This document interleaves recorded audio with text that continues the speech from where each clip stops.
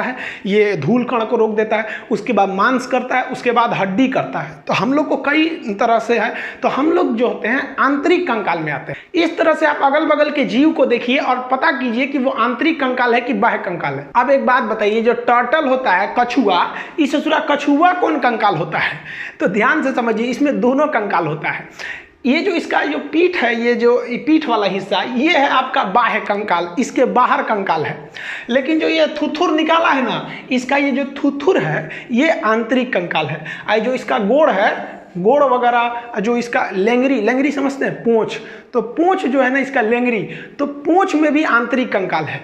तो ये कछुआ को पता है कि बाह्य कंकाल पे कोई कितनों पीटेगा, हमारा बाह्य कंकाल मजबूत है, हमको उतना चोट नहीं लगेगा। लेकिन अगर कोनो हमारा थुथुरे कूच दिया, हमारा लेंगरी कूच दिया, पैर कूच दिया, तो हमको चोट लगेगा, क्योंकि इसमें कंकाल तो है नहीं, इसका कंकाल अंदर है। तो इस ससुरा बहुत होशियार होता है, देखता है कहीं खतरा है ना, तो सब अंदर अंदर डाल कैसे बैठ जाता है, कहता है कि लो मार वहाँ पे। अब मारते रहिए ऊपर, ठक ठक, कुछ नहीं होने वाला है। अब वही कछुआ उलाट देंगे तो फिर इसके अंदर कमजोर हो जाता है। तो कछुआ का ये वाला हिस्सा जो है वो बाह्य कंकाल, और थुथुर वगैरह जो है वो आंतरिक कंकाल।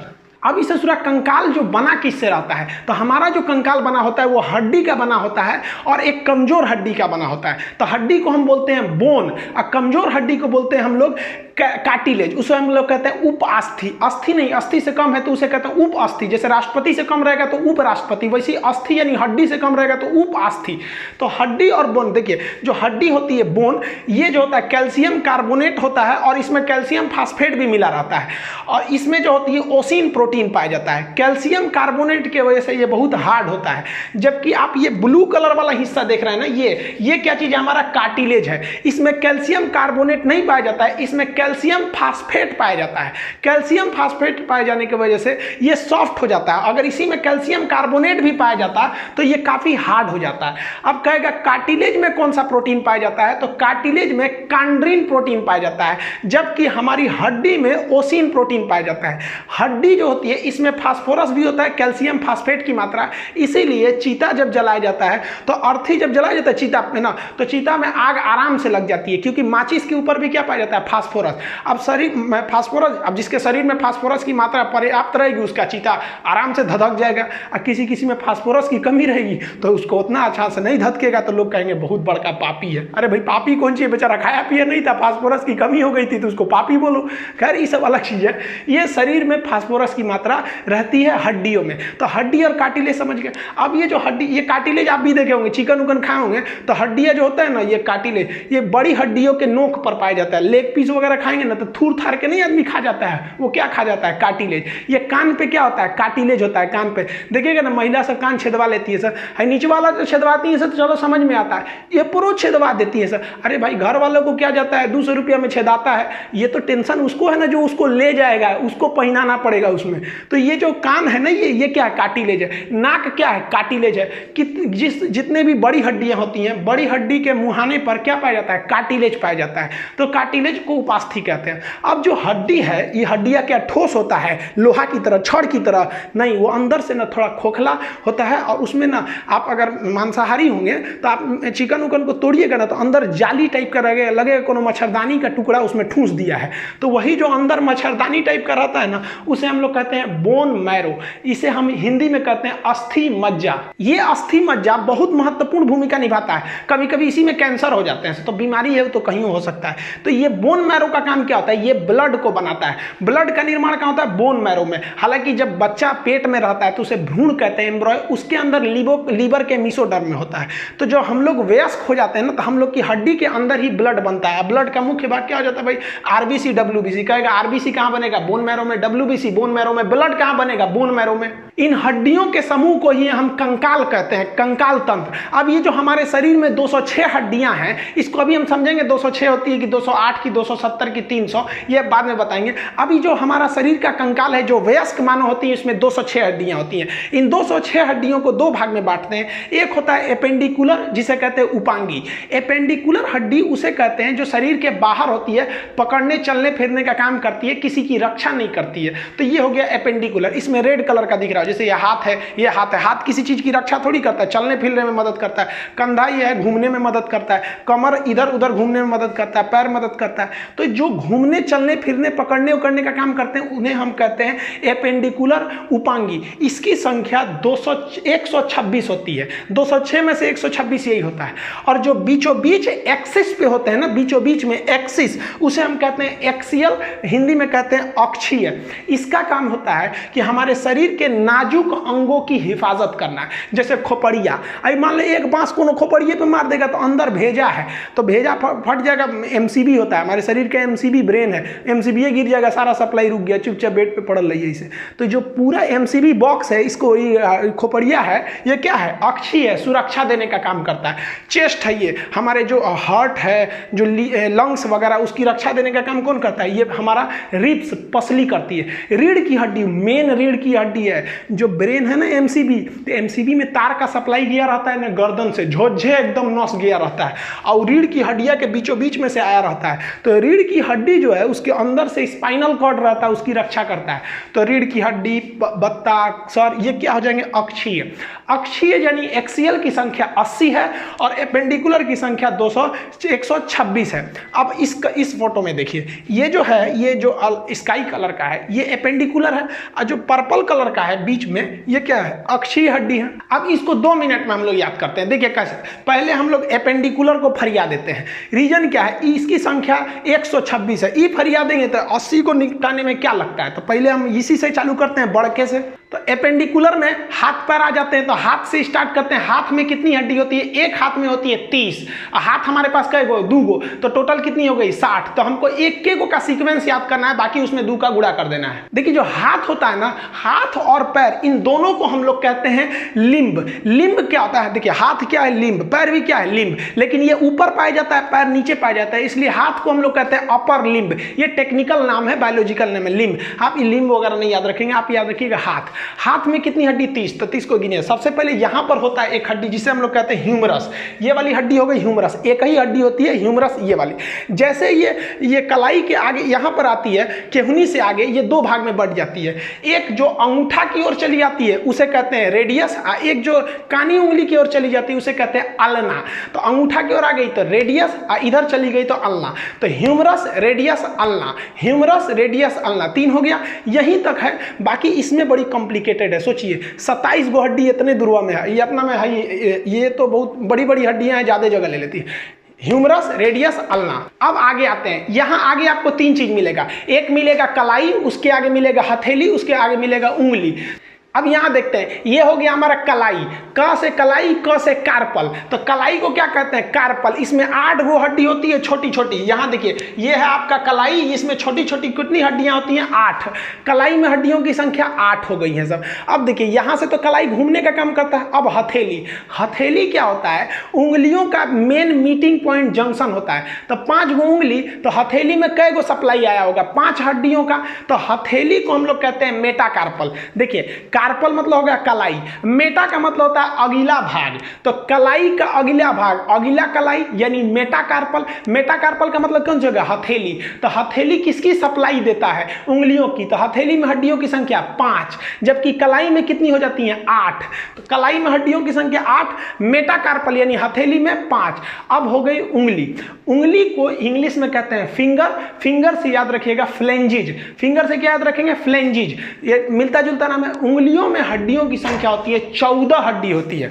उंगली में कितनी हड्डी हुई, 14, बहुत ज्यादा संख्या में हो जाती है, क्योंकि देखिए एक उंगली 3 भाग में बढ़ जाता है, एक नाखून के पास से, एक उसके पास से, उसके पास से। तो 14 हड्डी हो जाती है टोटल उंगलियों में। अंगूठा में ना एक कम होता है। देखिएगा, अंगूठा का निचला भाग सीधे हथेली से जुड़ा रहता है। एक उंगली में कितनी हड्डी होती है, 3। अब आप कहेंगे 5 है, 1 2 3, 3 5 15 होना चाहिए, तो 14 का है, तो अंगूठा में एगो कम रहता है, क्योंकि देखिए अंगूठा ना कलाई से जाके तुरंत सट गया है, निकलते हो गया, जबकि बाकी सब 3 फोल्ड होते हैं सब। तो यहां देखिए, ये वाला जो पोर्शन है ये उंगलियों का है। इसमें ये नाखून वाला हो जाएगा, ये नाखून वाला पोर्शन, ये 1 पोर्शन, ये 2 पोर्शन। ये उंगलियों में हड्डियों की संख्या हो गई 14। अब याद कैसे रखिएगा, चेहरे में भी हड्डियों की जो संख्या होती है वो 14 होती है। अब कहा जाता है ना कि 14 ही का चांद बड़ा सुंदर होता है। चांद 14 तारीख को बहुत निकल जाता है। तो चेहरे में ये जो 14 है, अगर इसी पे हमारे उंगलियों को मिलाकर मुक्का बना के 14 ही 14 पे देंगे ना, तो यही वाला 14 बिगड़ जाएगा। तो याद रखिएगा, चेहरा को बिगाड़ने के लिए, यानी 14 ही के चांद को बिगाड़ने के लिए कितनी उंगली चाहिए भाई? ये 14 मुक्का बना लीजिए, 14 उंगली हो जाएगा। तो उंगलियों में हड्डियों की संख्या 14। तो ध्यान से समझिए, ये कौन सा हो गया? Humerus, radius, ulna. कलाई को कार्पल, अगला भाग मेटाकार्पल, मेटाकार्पल में 5, और फ्लेंजिज उंगलियों में कितनी हो जाएगी? 14, कलाई में 8। अब यहाँ आप देखिए, ये वाला पोर्शन क्या चीज है? तो ये तो कार्पल है, यानी कलाई है। उसके आगे ये वाला पोर्शन क्या है? मेटाकार्पल है। मेटाकार्पल मतलब क्या आ जाएगा? हथेली। और उसके आगे उंगलियां हैं। उंगलियों में कितनी होती है? 14 हड्डी। एक उंगली में 3, अंगूठा में 1 कम होता है हड्डी। तो टोटल हाथ में कितनी हो गई? इस तरह से आप देखेंगे तो इस हाथ में कितना हो गया? 30। तो इस हाथ में भी कितना हो जाएगा? 30। तो 30 कितना हो गया?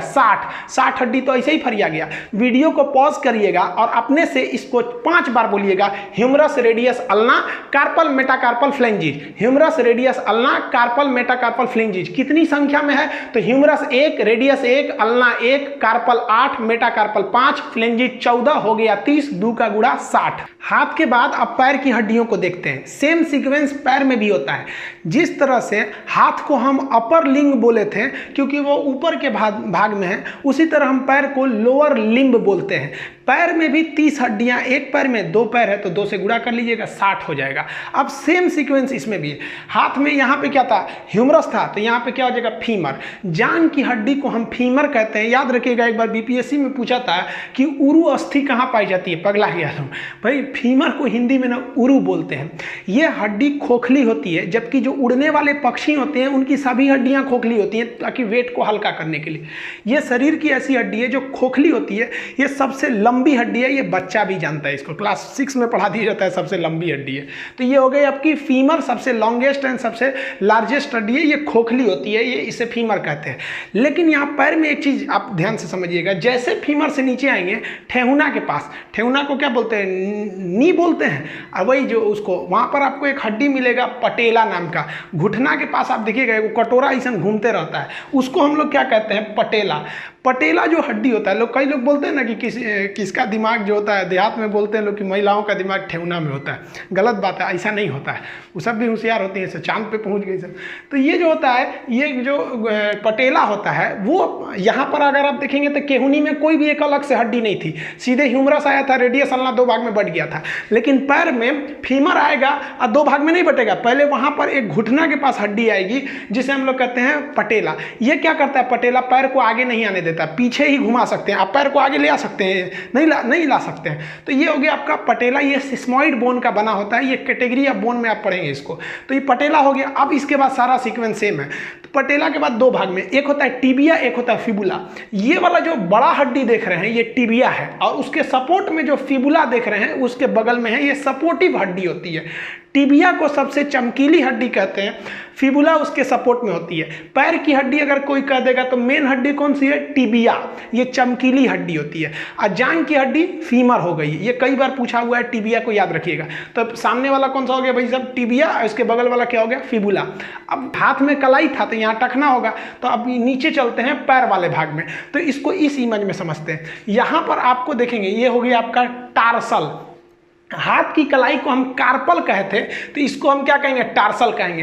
टार्सल वो जो एड़ी वाला भाग हो जाता है, एड़ी के ऊपर वाला टार्सल। अब आप बताइए, टार्सल के आगे पैर का पंजा हो जाएगा, उसमें तो हथेली नहीं रहेगी, तो उसके टार्सल के अगला भाग क्या कहलाएगा? मेटाटार्सल। मेटाटार्सल। तो ये वाला हरा वाला पोर्शन देख रहे हैं, ये कौन सा हो जाएगा? मेटाटार्सल। ये पैर का पंजा होता है। और पंजा के आगे क्या मिलेगा? उंगली। तो उंगली को क्या कहेंगे? फिंगर से फ्लेंजिज। देखिए हाथ में था कार्पल, मेटाकार्पल, फ्लेंजिज। सेम पैर में भी है टार्सल, मेटाटार्सल, फ्लेंजिज। अब चलते इसमें हड्डियों को गिन लेते हैं। तो देखिए, एक हो गया फीमर, और फीमर के आगे एक हो गया पटेला, उसके बाद एक टिबिया, एक फिबुला।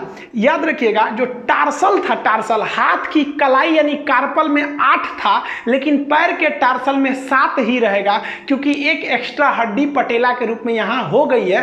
तभी ना भाई मैनेज करेंगे ताकि 30 हड्डी रहे। तो पैर के टार्सल में कितनी हड्डियां हो जाती हैं? 7 हड्डी। यहाँ लिखा हुआ है 7 हड्डी। अब बाकी सब सेम रहेगा। मेटाटार्सल में 5, क्योंकि वो उंगलियों से सप्लाई जुड़ा रहता है। उसके बाद फ्लेंजेज में 14। पैर की उंगलियों को हम क्या कहते हैं? टो बोलते हैं। तो आप पैर की हड्डियां बोलिए। देखिए पहला क्या हो गया?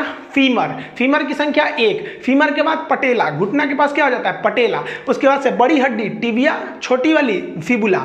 आगे आएंगे तो टार्सल मिलेगा। टार्सल के आगे मेटाटार्सल, फ्लेंजेज। तो जो सीक्वेंस हाथ में था वही सीक्वेंस पैर में है। संख्या फीमर 1, पटेला 1, टिबिया 1, फिबुला 1। लेकिन टार्सल 7, जबकि हाथ में कार्पल कितना था? 8। ये 8 से 7 क्यों हुआ? क्योंकि एक पटेला खर्चा हो गया वहां पे। मेटाटार्सल 5, अब मेटाकार्पल भी 5 था। फ्लेंजेज पैर में भी 14, हाथ में भी 14। इसको पॉज करेंगे वीडियो को और 5 बार बोलिएगा कहां कौन सी हड्डी होती है। Femur, patella, tibia, fibula, tarsal, metatarsal, phalanges. Femur, patella, tibia, fibula, tarsal, metatarsal, phalanges. संख्या में बोलेंगे femur 1, patella 1, tibia 1, fibula 1, tarsal 7, metatarsal 5, phalanges 14। देखिए अब आप बताइए यहाँ पर जो लिम्ब किसे कहते हैं? तो ऊपर हाथ वाले और पैर वाला। हाथ में कितना? 30 गो इसमें, 30 गो इसमें, 60।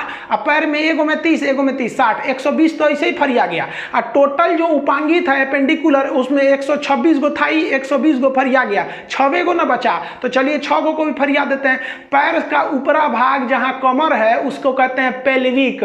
तो पैर से जुड़ा रहेगा तो पेल्विक। हिंदी में उसे कहते हैं श्रोणी मेखला। देखिए ये जो पैर से जुड़ा ना, श्रोणी मेखला हो गया। ये हड्डी जो होती है मेल में ना थोड़ी सी पतली होती है, जबकि फीमेल में ये जो पेल्विक होता है वो चौड़ा होता है। उनका कमर चौड़ा होता है। ये पेल्विक वाला। पेल्विक को क्या कहते हैं? श्रोणी मेखला कहते हैं।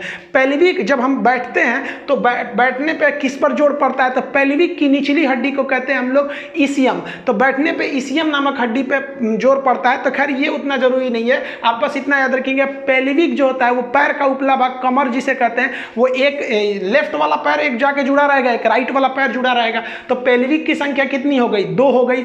अब देखिए कॉलर के पास जो होती है कैल्विकल होती है। कॉलर से कैसे याद रखिएगा? कैल्विकल। ये 2 हड्डी होती है, चुपचाप ऊपर रखी गई रहती है। जैसे यहाँ देखिए ये वाली कैल्विक है, ये ऊपर रख दी गई है, तो इसे हम लोग कैल्विकल कहते हैं। ये चुपचाप एकदम ऊपर यहाँ पे रखी गई रहती है। आप देखेंगे ना यहाँ पे, तो इसे काफी मजबूती से नहीं पकड़ा रहता है। इसको ऐसे पकड़ के खींचेंगे तो टूट जाएगा। ये ऊपर वाली कैल्विकल होती है। यहाँ भी देखेंगे ये रेड कलर का है, ये कैल्विक। 2 हो गई कैल्विक। पेल्विक कितना? 2। कैल्विक कितना? 2। तो पेल्विक, कैल्विक। यहाँ देखेंगे ना कंधा के पास तो बड़का हड्डी मिलता है जिसको बोलते हैं पखौरा। तो ये वाली जो हड्डी हो गई इसे हम लोग क्या कहते हैं? अंश मेखला कहते हैं। हिंदी में कहते हैं अंश मेखला, इंग्लिश में कहते हैं स्कैपुला। ये भी कितना हो जाएगा? 2। जैसे यहाँ देख रहे हैं स्कैपुला भी हो गया 2। तो ये पीछे वाला ये हो गया स्कैपुला, ये हो गया कैल्विकल। एक नया टर्म आता है जिसे हम लोग कहते हैं शोल्डर ग्रिडल। शोल्डर ग्रिडल क्या होता है? पीछे से स्कैपुला से लेकर आगे तक का कैल्विकल को जोड़ देते हैं तो एक राउंड बन जाता है जिसे हम लोग कहते हैं शोल्डर ग्रिडल। ये शोल्डर ग्रिडल क्या होगा भाई? तो स्कैपुला को भी जोड़ दीजिए और उसी के साथ साथ आप कैल्विकल को भी जोड़ दीजिए तो वो बन जाता है शोल्डर ग्रिडल। जबकि अगर आप केवल इसको कैल्विकल को देखेंगे तो इसे घसुली भी बोलते हैं। पहले चांदी का एक ठो आता था, इसे गहना टाइप का घसुली पहना जाता था गर्दन में। तो देखिए कमर के पास जो हो गया, पैर के पास वो हो गया पेल्विक, कॉलर के पास कैल्विक, ये हो गया स्कैपुला। तो पेल्विक, कैल्विक, स्कैपुला। तो देखिए 2 यहाँ 2 यहाँ 4 और 2 6 ही घट रहा था ना। टोटल एपेंडिकुलर में 126 थे जिसमें 120 बता दिए थे। अब टोटल देखते हैं हम लोग हड्डी। जैसे ध्यान दीजिए एपेंडिकुलर में टोटल कितनी थी? 126 थी। अब इसमें लिम्ब क्या था भाई? तो ये ऊपर वाला पूरा हाथ पैर दोनों मिला देंगे तो लिम्ब हो गया। ये अपर लिम्ब, लोअर लिम्ब। तो हाथ में कितना? 30, 60, एक पैर में 30, 90, दूसरे पैर में 30, कितना हो गया? 120। कैल्विक पेल्विक 2 ठो 122, कैल्विक 2 ठो हो गया 124 और स्कैपुला 2 ठो 126। तो ये हो गया टोटल आपका एपेंडिकुलर। अब हम आपको इमेज दिखा पूछते हैं, आप बताइए कहाँ कौन सी हड्डी है। पहले आप वीडियो को पॉज करके एक बार दिमाग में बैठा लीजिए कहाँ कौन सी हड्डी है, फिर एक एक करके आपको क्वेश्चन देते हैं। बिना नाम नहीं लिखा रहेगा, आपको बताना पड़ेगा। चलिए आप फटाफट बताइए। यहाँ देखिए ये इमेज में कौन सी हड्डी है। अब हम यहाँ नाम लिख देते हैं। ये वाली आपकी है टिबिया के बगल वाली है, ये तो हो जाएगी फिबुला। अब इसमें यहाँ देखिए घुटना के बीच में है, ये हो गई आपकी पी फॉर पटेला। यहाँ बोलिए ये वाली जांग की दिख रही है तो ये हो गया आपका फीमर। इसमें देखिए, इसमें उंगली दिख रहा है तो उंगली हो जाएगा फ्लेंजिज, फ्लेंजिज हो गया। उंगली के जस्ट पहले, तो ये पैर है ना, तो पैर में उंगली से जस्ट पहले टार्सल होगा कि मेटाटार्सल, मेटाटार्सल हो गया, तो ये हो गया मेटाटार्सल। मेटाटार्सल की संख्या कितनी होगी? 5 होगी, इसको याद रखिएगा। 5 मेटाटार्सल भी 5, मेटाकार्पल भी 5 होता है। अब ये बताइए ये कौन सा हो गया? ये तो इसके जस्ट पीछे वाला हो गया, तो ये हो गया आपका टार्सल हो गया। टार्सल याद रखिएगा, पटेला हो जाने की वजह से टार्सल की संख्या 8 ना होकर कितनी हो जाती है? 7 हो जाती है, तो ये टार्सल हो गया 7। ये बताइए सामने पैर वाला दिख रहा है चमकीली हड्डी, ये कौन सी हो जाएगी? टिबिया। अब फटाफट बताइए, हम हाथ वाला पूछ रहे हैं, ये बोलिए ये कौन सा हो गया? ये हो गया ह्यूमरस। हमारे लिखने से पहले बता देंगे, यहाँ हम हाथ रखते हैं, ये देखिए ये फंस जाएंगे। रेडियस है कि अल्ना है? तो यहाँ 2 हड्डियां, जो अंगूठा की ओर होती है उसे कहते हैं रेडियस। देखिए ये भाई साहब का अंगूठा यहाँ पर है और हड्डी भी इसी साइड में है, तो अंगूठा वाले साइड में जो हड्डी होती है उसे क्या कहते हैं? रेडियस। अब यहीं देख लेंगे ये कौन सा हो जाएगा? ये वाला हो जाएगा, ये तो हो गया हमारा रेडियस, और ये हो जाएगा अल्ना। देखिए अंगूठा इस साइड है और हड्डी इस साइड ना होकर इस साइड है, ये हमारा अल्ना हो गया। अब इसको बताइए, ये तो कंधा वाला है, ये पखौरा, इसे क्या कहते हैं? स्केपुला हो गया ये वाला हड्डी। इसको बताइए ये कहाँ पाया जाएगा? ये कमर पे पाया जाएगा, पैर के पास ऊपर, तो ये हो गया आपका पेल्विक। यहाँ देखिए ये सामने है, ये कॉलर के पास, ये हो गया हमारा कैल्विकल हो गया, जो यहाँ पर कॉलर के पास हो गया कैल्विकल बोन। अब थोड़ा सा हम लोग पंजा के पास चलते हैं, यहाँ जरा ध्यान से देखिए, ये कलाई के पास है, तो इसे क्या कहेंगे? कार्पल कहेंगे। कार्पल जो होता है ये क्या होता है? 8 होते हैं, क्योंकि यहाँ केहूनी के पास किसी भी तरह का पटेला नहीं होता है, जबकि पैर में जो टार्सल होता है वो पटेला के वजह से एक कम होकर वहाँ 7 रह जाते हैं। अब ये बताइए तो हमारा कौन सा हो गया? पंजा हो गया, हथेली, हथेली वाला भाग हो गया। कितनी हड्डियां होंगी इसमें? 5 हड्डियां होंगी। इसे क्या कहेंगे हम लोग? मेटाकार्पल कहेंगे। इसमें कितना हो गया? 5। और ये वाला उंगली हो गई, तो इसमें हो गई हमारी उंगलियों की संख्या, फ्लेंजिज हो गई, ये 14 हो जाएंगे। तो आप इस तरह से पूरी तरह से 126 एपेंडिकुलर हड्डियां देख लिए।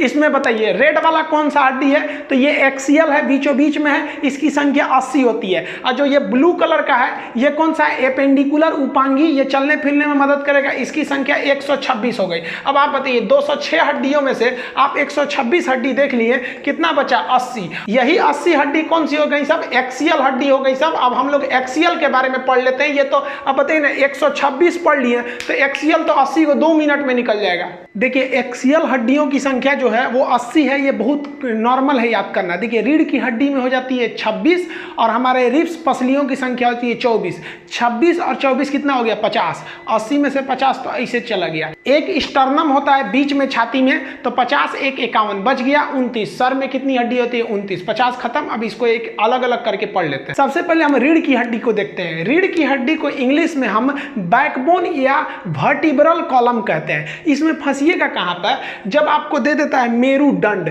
तो देखिए ये लाठी की तरह होता है, इसलिए इसे कहते हैं मेरुदंड। और इसके बीच में ना अंदर गया रहता है स्पाइनल कॉर्ड, बहुत सारी नसें गई रहती हैं, उन नसों को कहते हैं मेरु रज्जु। रज्जु मतलब होता है पतला रस्सी, तो मेरु रज्जु नस का नाम है। उस नस को सेफ्टी देने वाले इस दंड का नाम है मेरुदंड। इसे रीढ़ की हड्डी कहते हैं। जब बच्चा जन्म लेता है तो उसमें 33 होती है, लेकिन वो तेल और मालिश करिएगा ना तो कुछ कुछ हड्डियां उसकी सट जाती हैं, जिस वजह से कम हो जाता है। हम लोग एडल्ट में ये हड्डियां 26 होती हैं, तो एडल्ट में रीढ़ की हड्डी की संख्या हो जाएगी 26।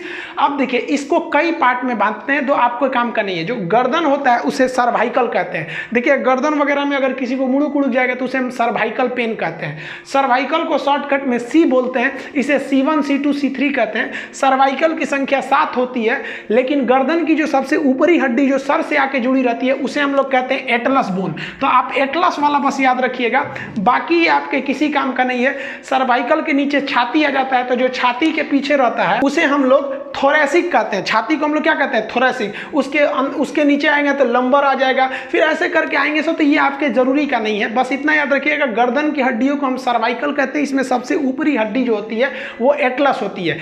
80 एक्सियल में से आप 26 देख लीजिए। आप देखिए छाती में हड्डी की संख्या, रिप्स, रिप्स मतलब होता है पसली। पसली की संख्या कितनी होती है? 24। 12 उस साइड पसली, 12 इस साइड पसली। टोटल पसलियों की संख्या जो हो जाती है वो हो जाती है आपकी 24 रिप्स हो जाते हैं। लेकिन इस 24 रिप्स में जो एक साइड लास्ट के 2 रिप्स है, यानी इधर से 11वां 12वां और इधर से 11वां 12वां, वो आगे आकर नहीं जुड़ा रहता है। देखिए रिप्स जो होता है वो निकलता है रीढ़ की हड्डी से और आगे आके एक पतली हड्डी से जुड़ जाता है जिसे हम लोग कहते हैं स्टर्नम।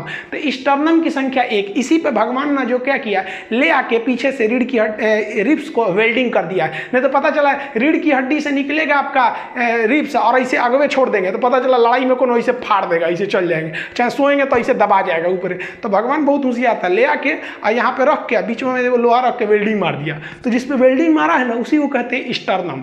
तो देखिए वेल्डिंग मारते समय लास्ट में 2 ठोपे वेल्डिंग नहीं है, वो ऐसे ही लहरा रहा है, तो उसे क्या कहते हैं, फ्लोटिंग रिब्स। इस पर बड़ी भयानक चोट लगता है, इसलिए किसी को यहाँ मार देंगे ना तो बैठ जाएगा, तो बोलते हैं पंजरी तोड़ दे लो हमरा। तो पंजरी जो होता है वो फ्लोटिंग रिब्स होता है। तो फ्लोटिंग रिब्स इधर भी 2 ठो इधर भी 2 ठो, तो ये आपके किसी काम का नहीं है। लेकिन फ्लोटिंग रिब्स बहुत ज़्यादा फैलने का जगह दे देते हैं। फ्लोटिंग रिब्स की संख्या सांप में बहुत ज़्यादा होती है। सांप में देखेंगे तो इसमें जो पसली होती है तो बहुत ज़्यादा होते हैं, 200 से 300 350 होते हैं सर। वो डिपेंड करता है सांप कौन कैटेगरी का है, बड़का है, छोटका है, अजगर है। और उसकी देखिएगा ये रीढ़ की हड्डी है सांप में, और रीढ़ की हड्डी से इसके रिब्स यानी पसली निकले हैं, लेकिन कहीं जाके ज्वाइंट नहीं है, ये फ्लोट कर रहे हैं। तो ये काफ़ी ज़्यादा मात्रा में फैल जाते हैं, और फैल जाने की वजह से अजगर वगैरह जो सांप होते हैं बड़े बड़े जीवों को मुंह में घोंट कर पूरी तरह से निगल जाते हैं, क्योंकि फ्लोटिंग होने की वजह से इनका एरिया फिक्स नहीं होता। और हम लोग में क्या है, छाती का एरिया फिक्स है, आगे से स्टर्नम से जुड़ा है, पीछे से बैकबोन से जुड़ा है। और सांप में क्या है, बस पीछे से जुड़ा, आगे से जुड़ा नहीं। तो ये फैल जाता है और बड़े मात्रा में एक बड़े आदमी को घोंट जाते हैं अजगर सांप, बड़े बड़े आदमी को। तो रिब्स कितनी हो गए भाई साहब, 24। अब ऐसा मत बोलिएगा कि 12 एक और 12 एक और, दोनों और का मिला